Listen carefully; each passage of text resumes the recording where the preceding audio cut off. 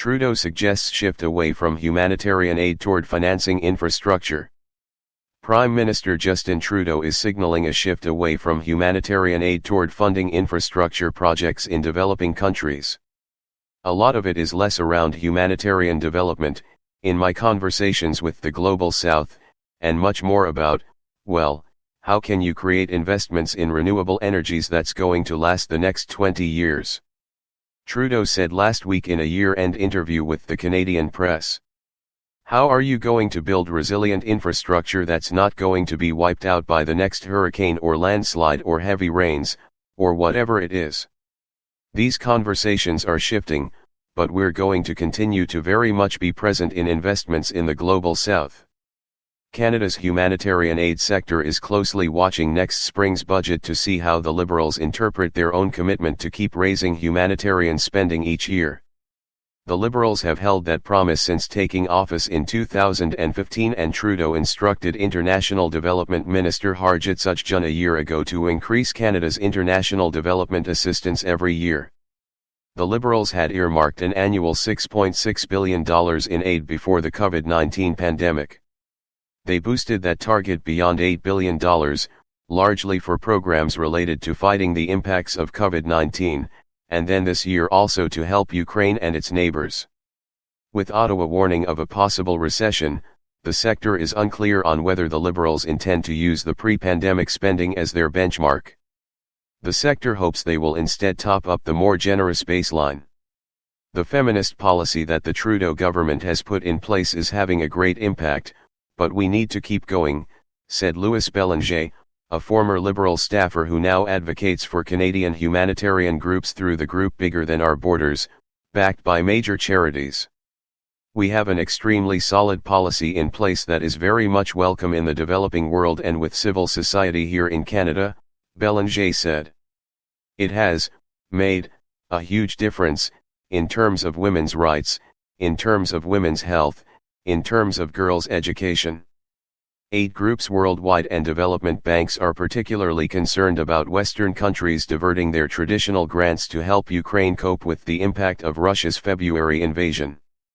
Bélanger said aid from Canada and its partners has helped countries nearly reach the United Nations 2030 Sustainable Development Goals, and Bélanger say those nearly filled gaps now risk cratering. We need to keep going, and not go backwards. So it's worrying to hear that there may be a trend backwards, instead of going forward, Bélanger said. Yet Trudeau said leaders of developing countries have been asking him less about humanitarian aid and more about investments in projects that will last decades, such as renewable energy projects and bridges or roads that can withstand hurricanes or landslides. He said the West heard a wake-up call following Russia's invasion of Ukraine, when countries like Canada asked developing countries to isolate Russia. Trudeau summarized the response as, "They're the only ones showing up to invest in our infrastructure." Pledges to invest in Global South. In June, G7 countries pledged to invest $600 billion US in the Global South, with a focus on climate-resilient infrastructure, health systems, and digital economies. The pledge was widely seen as a counterbalance to programs like China's Belt and Road Initiative, which has seen Beijing become a major player in Africa. That paved the way for Canada's announcement in November of $750 million for a Crown corporation to leverage the private sector to finance infrastructure projects in Asia over 3 years, starting next March. The funding is part of the Indo-Pacific strategy and will be administered by FinDev Canada, which previously had only a mandate to finance private sector projects in sub-Saharan Africa, Latin America, and the Caribbean. I think there was a collective understanding, something Canada has long known, that we are all connected, North and South, Trudeau said. He noted that developing countries took the spotlight at numerous summits, such as the Organization of American States meeting in October and the Commonwealth meeting in Kigali, Rwanda, this past June. The emphasis that we put on the Global South was more robust and more real than we ever had before, Trudeau said. In a separate interview, Sajjan said that humanitarian funding is already helping to pay for things like solar power in rural Jordan.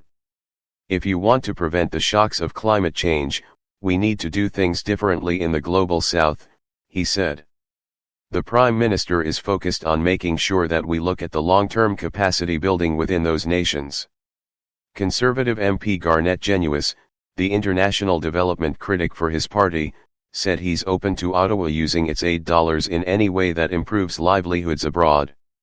It should be about results, and the results that this government have achieved leaves a lot to be desired, he said.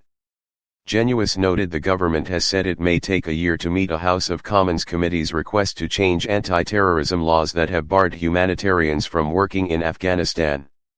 He said government programs have overly favored multilateral organizations over Canada-based aid groups, which he argues are more effective at raising money and spending it wisely.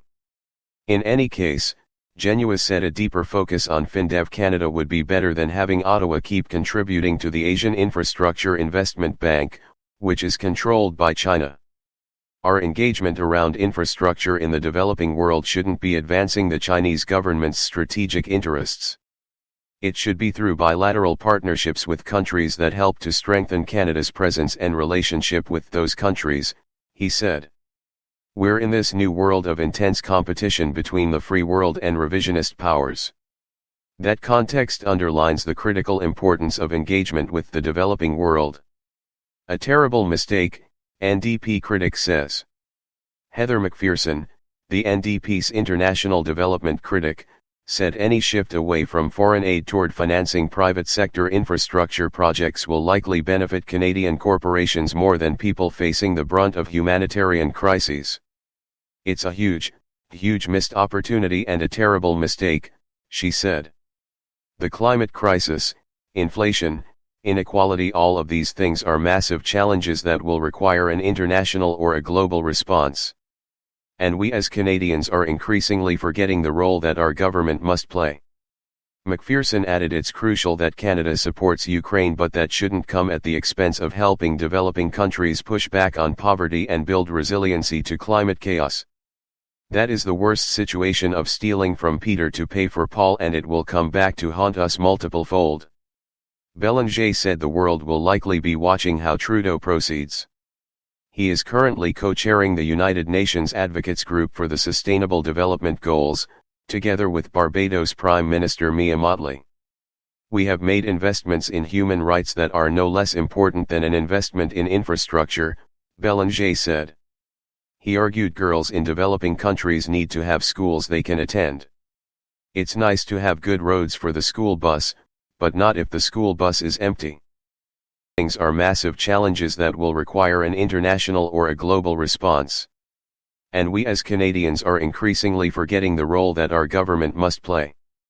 McPherson added it's crucial that Canada supports Ukraine, but that shouldn't come at the expense of helping developing countries push back on poverty and build resiliency to climate chaos. That is the worst situation of stealing from Peter to pay for Paul, and it will come back to haunt us multiple-fold. Bélanger said the world will likely be watching how Trudeau proceeds. He is currently co-chairing the United Nations Advocates Group for the Sustainable Development Goals, together with Barbados Prime Minister Mia Mottley. We have made investments in human rights that are no less important than an investment in infrastructure, Bélanger said. He argued girls in developing countries need to have schools they can attend. It's nice to have good roads for the school bus, but not if the school bus is empty. They can attend. It's nice to have good roads for the school bus, but not if the school bus is empty. Subscribe our YouTube channel and click our bell icon for new videos.